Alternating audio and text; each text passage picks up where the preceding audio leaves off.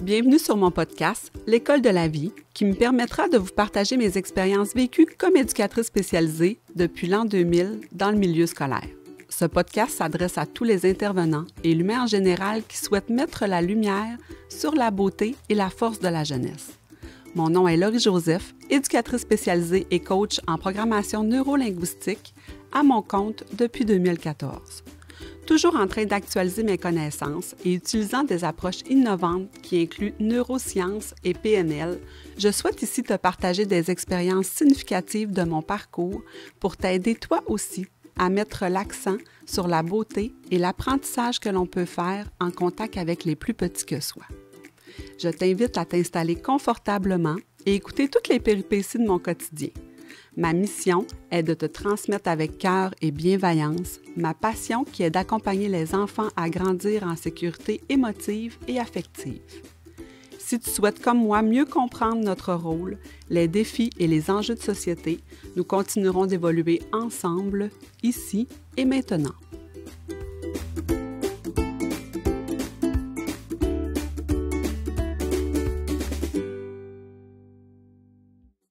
Il va me faire plaisir de vous accueillir aujourd'hui et mettre l'accent de lumière sur nos garçons dans le milieu scolaire. C'est l'énergie masculine que dégagent dans le fond nos jeunes hommes dans le milieu scolaire est des fois une énergie qui peut déranger. Je dis particulièrement les garçons parce que je veux pas partir de débats de société, je veux que ça reste simple dans l'énergie que l'on porte. Parce que je dois vous dire que, étant jeune, j'étais assez petit gars manqué. J'ai porté longtemps cette énergie-là à l'intérieur de moi. Je l'ai encore, en fait, c'est juste que ça s'est, je pense, affiné en vieillissant. Mais c'est une énergie, je pense, plus masculine ou plus féminine. On s'entend là pour dire qu'on a tous cet équilibre-là à l'intérieur de soi. L'idée, ce que je veux aborder ici, c'est plus la partie où, dans le milieu scolaire, qui est principalement un milieu de femmes, où les enseignants, les enseignantes sont davantage féminines, il y a une partie où on remarque que nos garçons, parfois, se cherchent dans le milieu scolaire. Ils se cherchent de par les activités que l'on propose. Je dirais qu'avec l'avenue du secondaire, on a davantage ouvert les portes à tout ce qui est robotique, le côté un peu plus sport. Je pense au programme de football, je pense au programme de hockey. On a ouvert davantage d'activités, en fait, pour nos garçons. Mais il n'en reste pas moins que je remarque que, en tant qu'éducatrice spécialisée, je dois souvent adapter mes interventions pour que ça fasse du sens pour eux. Je vous donne un exemple banal. Hier, j'assiste à une partie de soccer dans le gymnase, puis j'ai des garçons qui sont vraiment, vraiment très bons, qui jouent dans des équipes tout au cours de l'année. J'ai des élèves qui jouent pas nécessairement dans des équipes. J'ai des jeunes filles qui se sont joints aux équipes, là, vraiment là, très, très diversifiées. Et on voit apparaître à ce moment-là tous les niveaux de jeu possibles dans le même gymnase, finalement. Et il faut que j'explique à 2, 3 garçons, je les prends un petit peu à part pour leur expliquer d'abaisser leur niveau de jeu. L'idée, c'est qu'il y a beaucoup de compétitivité. Les garçons étaient dans la compétition, ce qui était très sain, une saine compétition. Mais il reste qu'ils devaient moduler un peu leur force. Ils devaient un peu laisser de la place aux autres également.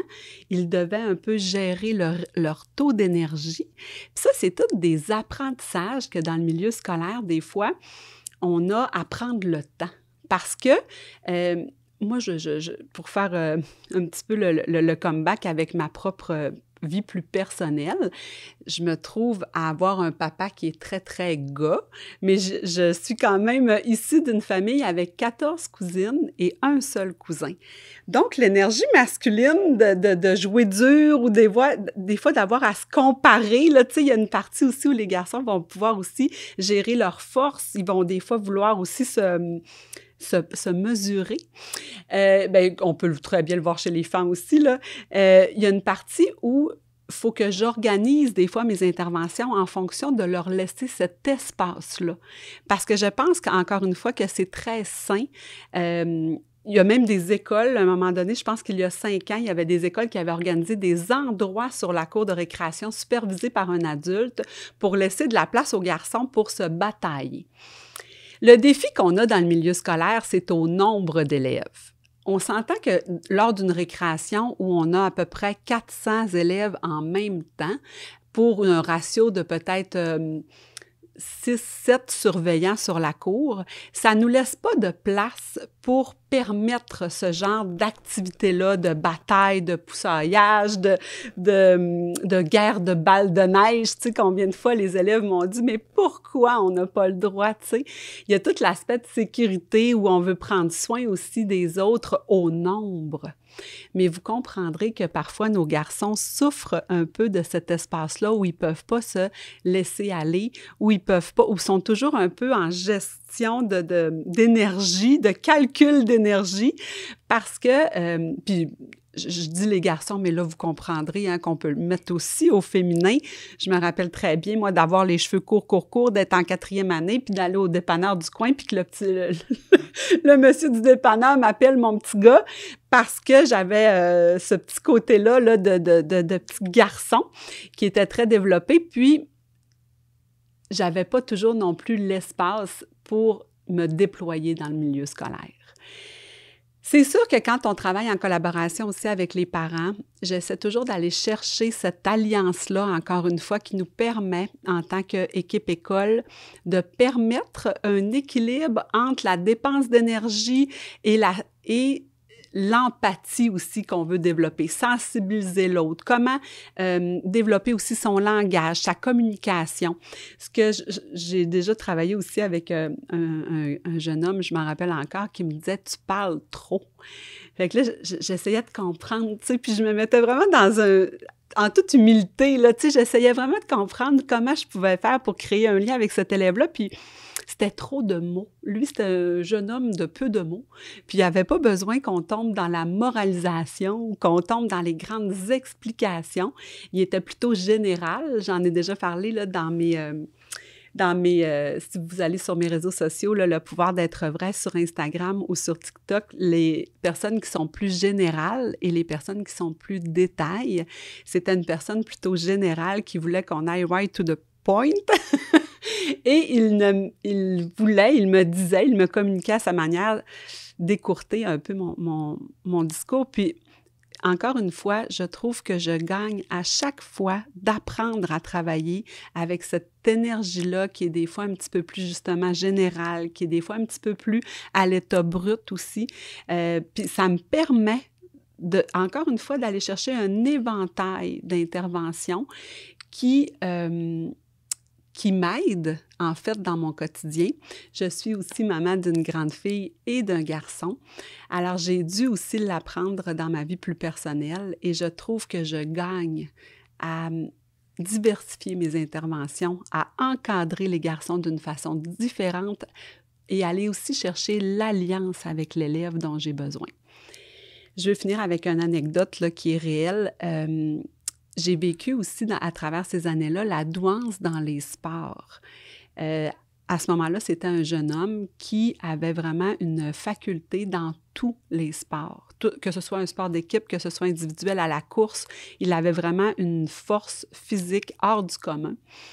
D'ailleurs, on peut penser qu'il ira loin là, dans les sports d'équipe. Et j'avais eu à travailler avec lui parce que il avait gagné, je pense, aux Olympiades, il avait gagné quelque chose comme 8 médailles. Tu sais, il se promenait dans le corridor, puis ça faisait gling-gling, parce que là, il avait raflé, en fait, tous les prix des Olympiades à ce moment-là. Puis, en voulant bien faire, il a pris une de ses médailles et il l'a donnée à un élève qui n'en avait pas gagné cette journée-là. La manière qu'il l'a donnée, c'était un petit peu maladroit. Puis, je pense qu'à ce moment-là, il y avait un adulte qui avait été témoin de ça, puis il pensait que c'était un petit peu dans la condescendance ou qu'il se prenait un peu pour un autre, finalement, puis qu'il avait donné sa médaille à l'autre garçon. Puis, il s'est ramassé dans mon bureau parce qu'évidemment, là, quand on devient en niveau 2, c'est souvent les éducateurs et éducatrices qui sont appelés. Puis moi, j'avais le temps de prendre le temps. Alors, j'ai validé un petit peu juste son intention. Pourquoi? Puis, il m'avait vraiment expliqué que pour lui, cet élève-là, même s'il n'avait pas gagné cette journée-là, il avait déployé des efforts, puis il trouvait que c'est un élève qui n'abandonne jamais. Puis là, on lui avait prêté une intention en pensant qu'il voulait un peu faire office là, de montrer ses médailles, mais il n'était vraiment pas là-dedans. Il voulait vraiment féliciter cet élève-là un peu maladroitement, mais l'intention derrière le comportement était hyper positive. Puis, c'est à partir de ce moment-là que je me suis mis vraiment à réfléchir, à toujours aller valider l'intention et ne pas le regarder avec mes yeux d'adulte et d'adulte femme, parce que effectivement, je suis parfois teintée par mes valeurs, par mes croyances, par mes filtres personnels et je suis susceptible, comme toute personne, de prêter des intentions. Quand on est un enfant, quand on apprend, quand on est en train de se déployer dans le milieu scolaire dans cette mini-société qu'est l'école, il peut arriver qu'on est parfois maladroit. Et quand on valide l'intention, principalement de nos petits garçons, moi, j'ai beaucoup, beaucoup de plaisir à les découvrir parce que je me rends compte que plus souvent qu'autrement, l'intention est positive et c'est seulement dans le comment.